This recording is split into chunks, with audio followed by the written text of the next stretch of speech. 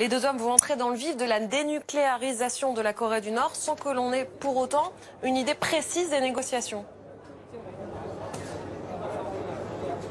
Oui, c'est vrai Aurélie, qu'à un peu plus de 6 heures de l'entame de ce sommet, c'est très difficile de dire ce sur quoi il va déboucher concrètement. Alors il y a d'un côté le verre à moitié plein, le fait que depuis Singapour, la Corée du Nord n'ait procédé à aucun essai nucléaire, aucun tir de missile, le fait que côté américain, on se soit abstenu de toute manœuvre militaire spectaculaire. Il y a le simple fait que l'on décide d'un deuxième sommet, ce qui montre que les deux pays sont décidés à continuer à avancer. Et puis il y a ce matin ce tweet positif, encourageant du président des États-Unis, Donald Trump, qui prend le succès économique du Vietnam comme modèle et qui dit, je cite, « Le Vietnam prospère comme peu d'autres pays au monde. Il pourrait en être de même pour la Corée du Nord et très vite si elle dénucléarisait. Le potentiel est immense, formidable pour mon ami Kim Jong-un, écrit-il. » Vous aurez noté au passage que le président de la Corée du Nord est désormais l'ami du président américain. Mais il y a aussi bien sûr le verre à moitié vide. Les experts qui ont suivi de très près les préparations de ce sommet sont très inquiets. Pour eux, le terrain n'est pas propice à des avancées concrètes, importantes sur le sujet du nucléaire. Et puis,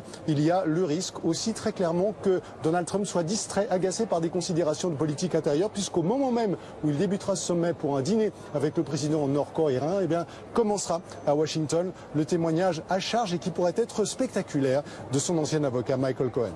Merci.